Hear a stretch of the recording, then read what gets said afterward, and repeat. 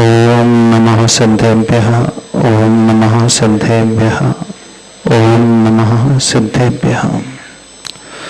नमो अरहन्ताणं नमो सिद्धाणं नमो आर्याणं नमो वज्राणं नमो लोये सहसाहूणं। देवादिदेव खजाराम श्री आदिनाथ भगवान की, गुरुनाम गुरुआचार्य भगवान श्री ज्ञान सागर जी महाराज के, संत श्रोमणी आचार्य भगवान गुरुदेव श्री विद्या सागर जी महाराज के,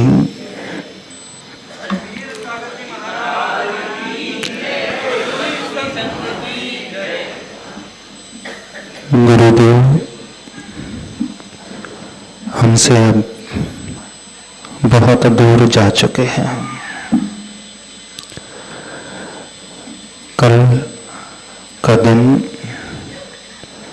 इस दुनिया के लिए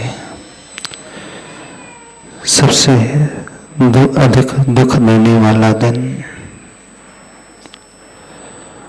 हम सभी लोगों ने जो खोया है उसकी पूर्ति कितना भी मिलकर के हम प्रयास कर लें, संघ के सारे साधु, सारे मुनिराज, आरिका संघ में जितनी आरिकाएं हैं वे अलग छुल्लक जितने भी सदस्य संघ के हैं, चाहे वो निर्यापक हो चाहे वो मुनिराज हो, मिलकर के कितनी भी अधिक साधना कर ले, वह साधना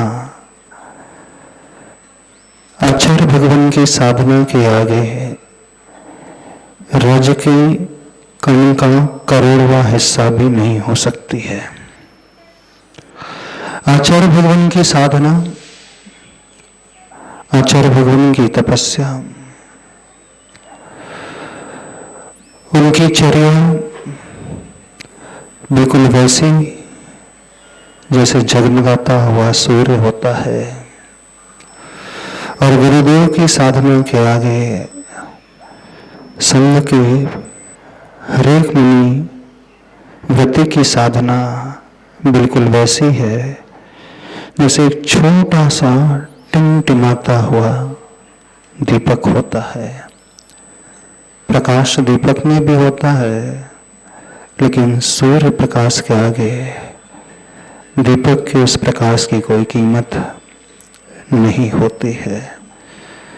दीपक हजारों नहीं लाखों भी एक साथ जलाए, उन्हें लाखों करोड़ों दीपक को प्रज्वलित करने के पश्चात जो प्रकाश पैदा होता है, वह प्रकाश एक सीमित दायरे तक ही रहता है, सीमित दायरे के ही अंधकार को नष्ट कर पाता है। लेकिन जो सूर्य का प्रकाश होता है, उसका प्रकाश करोड़ों गुना अधिक होता है। लेकिन एक वह सूर्य है, वह भी 12-13 घंटे के पश्चात अस्त हो जाता है। लेकिन एक ऐसा भी सूर्य होता है जो कभी अस्त को प्राप्त होता ही नहीं है। आचार्य भगवान उस सूर्य की बातें हैं। हर बार हमारे मुख से है शब्द ही निकलता है, और ये गलत नहीं है, बिल्कुल गलत नहीं है, क्योंकि उनकी वाणी, उनका उपदेश, उनकी जो 56 वर्ष की साधना जो हमने अपनी आंखों से देखी है, प्रत्येक सदस्य ने न केवल देखा है बल्कि आचार्य भगवान के पद चिन्हों को फॉलो करते हुए, अनुसरण करते हुए अपने जीवन को भी कुछ उस प्रकार से बनाने की कोशिश की है। आचार्य भगवान का बाहरी स्वरूप और भीतरी स्वरूप दोनों ही अद्भुत तेज को लिए हुए था। एक विशेष घटना आप सभी को बताना चाहते हैं। आचार्य भगवान का जब स्वास्थ्य खराब हुआ, बहुत सारे प्राणिक हीलर जो हीलिंग करते हैं, रेकी करने वाले रेकी करते हैं, कई लोग मिलकर के सामूहिक रूप से हीलिंग कर रहे थे।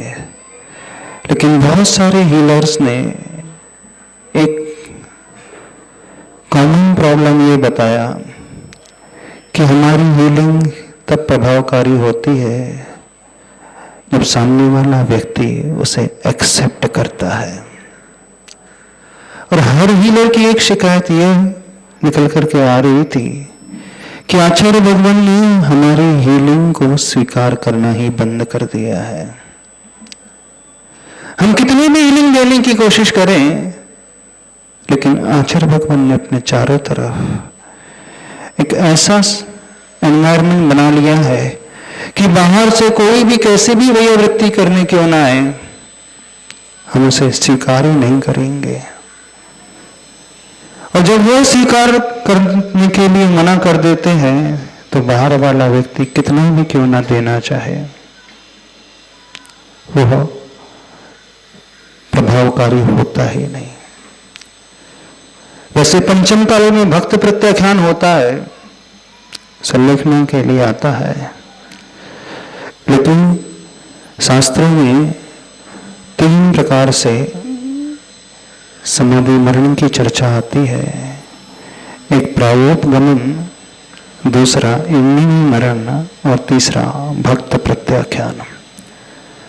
प्रायोपगमन संलेखना मरण वो कहलाता है जो मुनिराज होते हैं, जो छपक होते हैं, वे न दूसरों से वैयावृत्ति कराते हैं अपने शरीर की, और न ही स्वयं भी अपने हाथों से वैयावृत्ति करते हैं। चतुर्थ काल में जो उत्तम सहन वाले मुनिराज छपक होते थे, वे ही इसकी योग्यता को, पात्रता को रखते थे।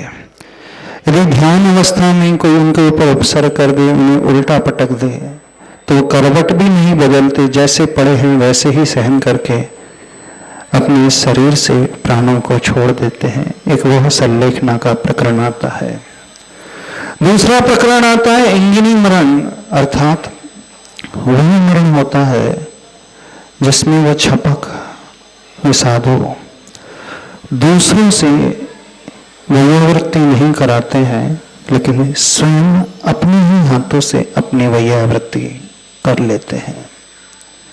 यह भी मरण जो होता है, सिद्धांत ग्रंथों के अनुसार देखा जाए तो उत्तम सहनन वाले मणिराज ही कर सकते हैं। आदि की जो 3 सहनन होते हैं, वज्र वृषभ नाराज सहनन, नाराज सहनन और अर्ध नाराज, वज्र नाराज और नाराज सहनन। पंचम काल में वह भी नहीं होता है। पंचम काल में एकमात्र भक्त प्रत्याख्यान संलेखन मरण होता है। उसमें छपक चारों प्रकार के आहार का त्याग कर देते हैं, हालांकि वह सेवा कराते हैं दूसरे साधुओं से। पर जब हम आचार्य भगवान के इस विचार को देखते हैं कि उन्होंने दूसरों से वैयावृत्ति कराना ही बंद जैसे कर दिया था। जब व्यक्ति बीमार पड़ जाता है तो वह चाहता है कि डॉक्टर्स मुझे देखें, हीलिंग देने वाले मुझे हीलिंग दें।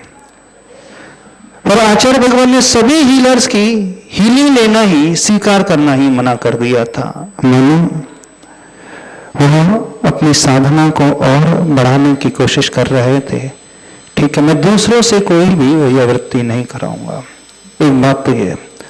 दूसरी बात ये जो सुनने में आई, कई लोगों को ऐसी शक्तियां भी होती हैं, आप लोगों ने सुना हो कि जिन्हें कुछ देव आदि आ जाते हैं। ऐसी शक्तियां भी होती हैं, देव अथवा यूं कहें बहुत ज्यादा पॉजिटिव शक्ति जो होती है। कुछ लोग ऐसे भी थे कि जो जिनके भीतर ये शक्ति थी, उन्होंने उन शक्तियों को भेजने की कोशिश की आचार्य भगवान की सेवा के लिए, पर वे भी खाली हाथ लौट करके आ गए। उन्होंने ये कहा कि आचार्य भगवान स्वयं अंदर से इतने शक्तिशाली हैं, वे बाहर की किसी शक्ति का उपयोग ही नहीं करना चाहते। यदि हम उनके लिए कुछ करना भी चाहते हैं तो उन्होंने चारों तरफ मानो एक प्रकार का ऐसा वातावरण क्रिएट किया कि हम उनके निकट जा ही नहीं सकते। यानी अंदर से वो इतने जागृत थे कि हमें किसी प्रकार की शक्ति की भी आवश्यकता नहीं है, जो कि अंतिम समय है। तीसरी बात, जैसे कल आप लोगों से कहा था, वैद्य जी ने कहा था कि आचार्य भगवान आपको अपने शरीर को थोड़ा सा मजबूत बनाने के लिए दूध की आवश्यकता है, गाय के दूध की आवश्यकता है। तो आचार्य भगवान ने कहा था नहीं, हमने त्याग कर दिया तो हमें उसकी भी आवश्यकता नहीं है, त्याग कर दिया सो कर दिया, अब नहीं है, हम उसे ग्रहण नहीं करेंगे। यानी एक प्रकार से जो उनके लिए पथ्य स्वरूप था, अपथ्य बिल्कुल नहीं था, पथ्य स्वरूप था, उसमें कोई दोष भी नहीं था। चाहते तो औषध के रूप में उसका सेवन कर सकते थे, लेकिन नहीं, आचार्य भगवान ने कहा नहीं, हमें उसकी भी आवश्यकता नहीं। लेकिन कुल मिला करके चाहे वो प्राणिक हीलिंग देने वाले हीलर्स हों, चाहे अन्य शक्ति रखने वाले ऐसे पुरुष हैं, अथवा जो वैद्य हैं, तीनों ही प्रकार के लोगों से उन्होंने सेवा लेना ही बंद कर दिया था, वैयावृत्ति कराना ही बंद कर दिया था। एक बात और विशेष आपको आचार्य भगवान की बताना चाहते हैं। कुछ लोग वहां पर कई दिनों से चौका लगा रहे थे। एक श्रावक ने कहा कि आचार्य भगवान जो संत, बड़े महान संत, उनके दर्शन करने के लिए अन्य भी संत आते थे, अन्य लोग भी आते थे, अन्य महात्मा लोग भी आते थे। एक महात्मा आचार्य भगवान के दर्शन करने के लिए आया। वो आचार्य भगवान के कक्ष में जाने की बार बार कोशिश कर रहा था, लेकिन चूंकि स्वास्थ्य प्रतिकूल था तो उन्हें थोड़ा सा परमिशन नहीं दी जा रही थी। जब उन्होंने बहुत निवेदन किया, उसने कहा कि नहीं, मैं एक बार आचार्य भगवान के दर्शन करना चाहता हूं, मैं चाहता हूं कि मेरी भी सेवा कुछ मिल जाए। तो वहां पर रहने वाले भैया लोग उन्होंने परमिशन दे दी, ठीक है आप दर्शन करके आओ, लेकिन जल्दी लौट करके आ जाना, ज्यादा समय नहीं बैठना। तो जैसे ही दर्शन करने गया, विदिन सेकंड्स वो लौट करके आ गया। तो भैया लोगों ने कहा हमने इतने जल्दी लौटने के लिए नहीं कहा था, आप चाहते तो अच्छे से बैठ करके दर्शन कर सकते थे। बोला मैं वहां रुक ही नहीं पाया। बोले क्यों? वहां पर ऐसे हजारों देवता लोग बैठे हैं, वो जगह ही नहीं कदम रखने की, मैं कैसे चले जाऊं वहां पर? बात आप समझ रहे हो? देवावितस्य प्रणमन्ति जस धम्मे सयामनो। देवता लोग भी उन्हें नमस्कार करते हैं, हजारों नहीं, करोड़ों नहीं, असंख्यात देवता भी उन्हें नमस्कार करते हैं। जिस धम्मे सयामनो, जिस साधक का मन हमेशा धर्म में लीन रहता है, जो हमेशा अपनी चर्या को उज्जवल बनाते हुए उत्कृष्टता की ओर लेकर के चलने वाले होते हैं, जो हमेशा निष्प्रहता का जीवन जीते हैं, जिन्हें कोई इच्छा, जिनकी कोई मूर्छा का भाव शरीर के प्रति नहीं, कोई आसक्ति का परिणाम, सुखशीलता का भाव शरीर के प्रति नहीं होता है, ऐसे साधक के प्रति देवता लोग भी हमेशा नतमस्तक रहते हैं, उनके इर्द गिर्द परिक्रमा लगाते रहते हैं और वो अपना सौभाग्य मानते हैं। बड़ी दुर्लभता से ऐसे साधक मिलते हैं, वो भी पंचम काल में। चतुर्थ काल में साधक मिलना आसान होता है, रिद्धि संपन्न मुनिराज के दर्शन हो जाना आसान हो जाता है, लेकिन पंचम काल में, वो भी हुंडा हो सपनी जैसे पंचम काल में, यदि ऐसे उत्कृष्ट चर्या को पालन करने वाले साधक मिल जाते हैं तो देवता लोग भी अपने जीवन को धन्य मान लेते हैं। उनके चरण वंदना करके, उनकी सेवा शुश्रूषा करके वो अपने इस पर्याय को धन्य की कोशिश करते हैं, क्योंकि देवता एक बात को लेकर हमेशा तरसते रहते हैं, काश हम भी मनुष्य होते तो अपने हाथों से उन गुरुओं के कर कमलों में कुछ दान दे सकते, आहार दान दे सकते। लेकिन चूंकि वैकृत शरीर के वो धारी होते हैं, आहार दान वो कभी दे नहीं सकते, तब संयम को अंगीकार वो कर नहीं सकते। देवता लोग सिर्फ एक ही कार्य कर सकते हैं कि वह उन प्रभुओं की, उन गुरुओं की सिर्फ भक्ति कर सकते हैं। जी जान लगा करके वो दिन रात एक कर देते हैं, डूब करके भक्ति करते हैं। भक्ति के अलावा उनके पास कोई और दूसरा चारा होता नहीं है। और वो भक्ति करने के लिए ऐसे साधुओं को, ऐसे छपकों को, ऐसे मुनिराजों को, ऐसे आचार्य भगवान को तलाश करते हैं कि जो चारों तरफ, जहां चारों तरफ प्रतिकूलता का ही माहौल है, ऐसे समय जो साधक अपनी आत्मा की साधना में लगे हैं, बस ऐसे साधकों को वो हमेशा खोजा करते हैं और उन्हें खोज करके उनकी सेवा शुश्रूषा करने के लिए, उनकी भक्ति करने के लिए तत्पर रहते हैं और अपनी पर्याय को धन बना लेते हैं। अपने आप को बड़े सौभाग्यशाली मानते हैं कि धन्य है, हमें ऐसे गुरुराज, ऐसे मुनिराज मिल रहे हैं। तो जब वह व्यक्ति वहां महात्मा दर्शन करने गया तो बोले, मैं क्या दर्शन करने जाऊं, मैं तो सोचा था कि मैं अकेला हूं, लेकिन अब जाकर के देखा कि जहां चार भगवान बैठे हैं उनके चारों ओर बोले कदम रखने की जगह नहीं है। तो बस मैं तुरंत लौट करके आ गया। वे धन्य हैं। दूर से उन्होंने आचार्य भगवान को प्रणाम किया, वो धन्य है। बोले ऐसे अप्रतिम साधक जिनके दर्शन पाकर के आज मैं कृतकृत्य हो गया।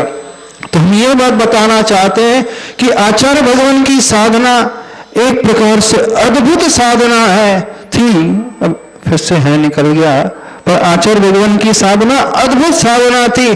बड़े अपन पुण्यवान थे, जितना लंबा समय गुरुदेव का हमें मिला।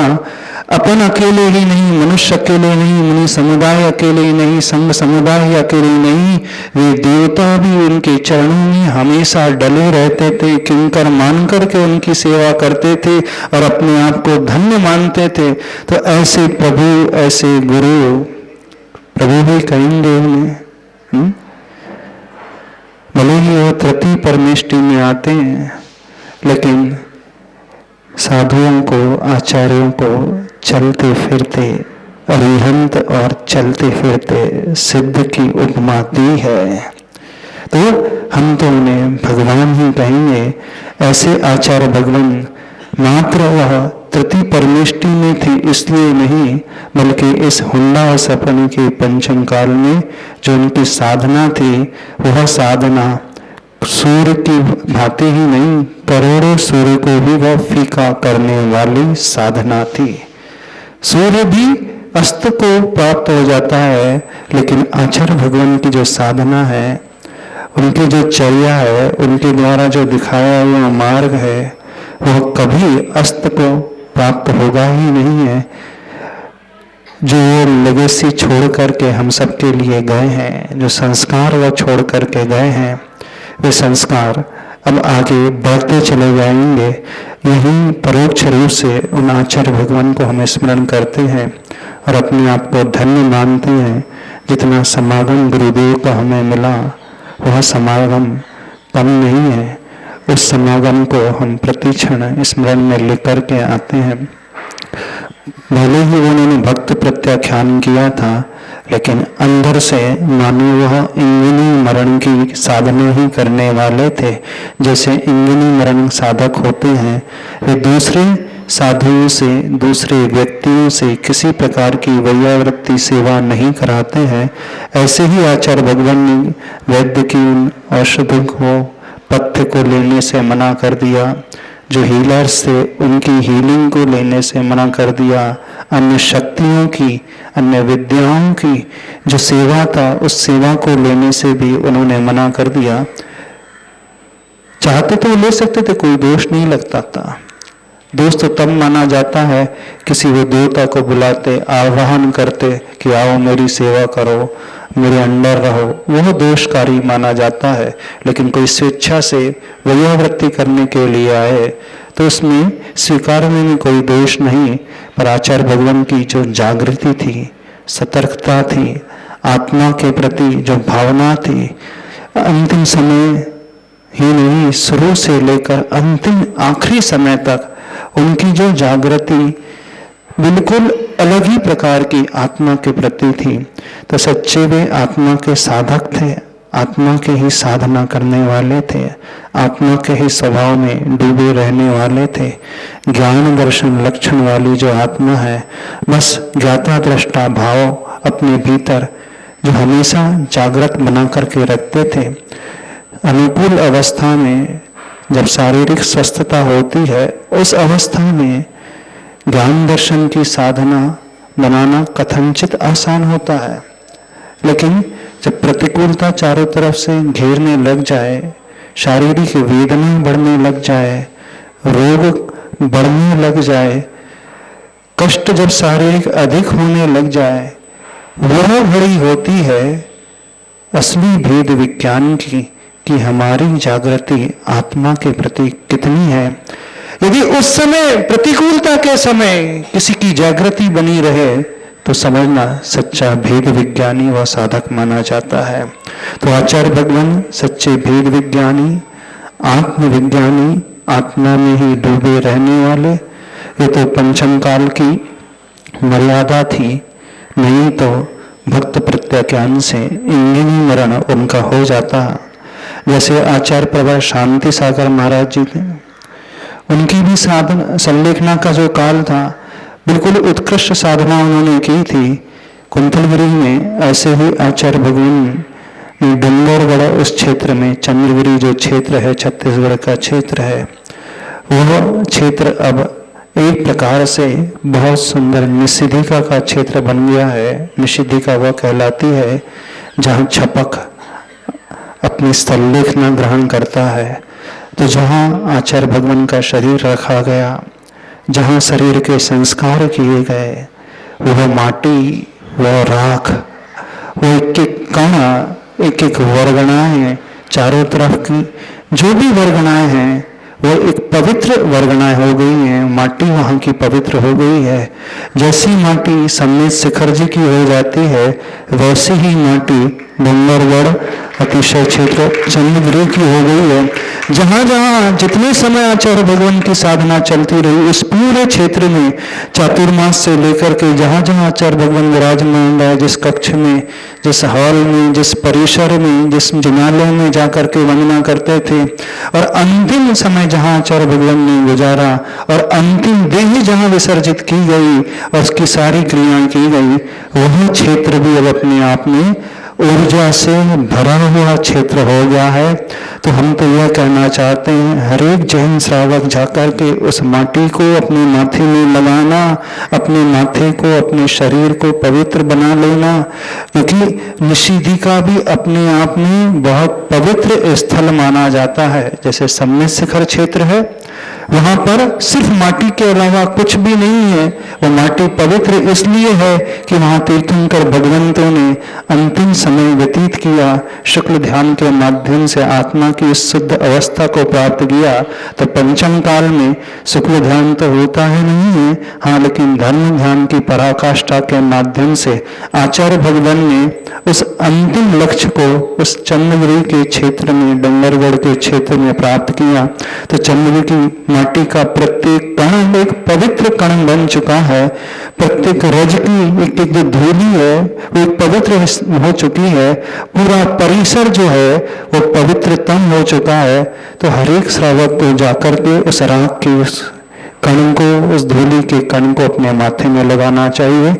यही संस्कार यदि हमने अपने भीतर बैठा लिए तो समझना कि अंतिम समय हमारा भी इसी प्रकार से संलेखना समाधिपरण मरण पूर्वक ही बीतेगा। क्योंकि जैसे भक्ति हम करते हैं, जैसी भावना हम भाते हैं, उसका परिणाम हमें अवश्य मिलता है।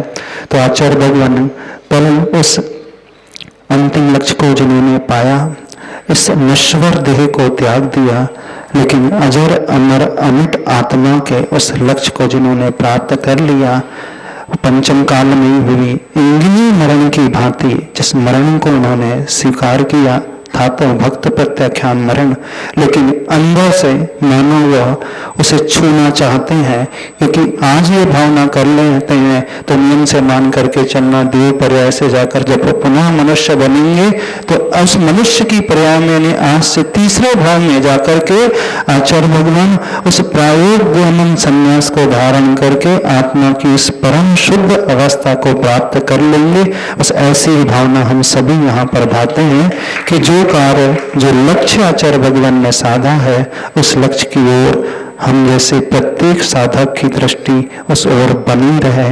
बस यही भावना बोले देवादिदेव श्री आचार्य परमेष्टि गुरुदेव श्री विद्यासागर जी महाराज की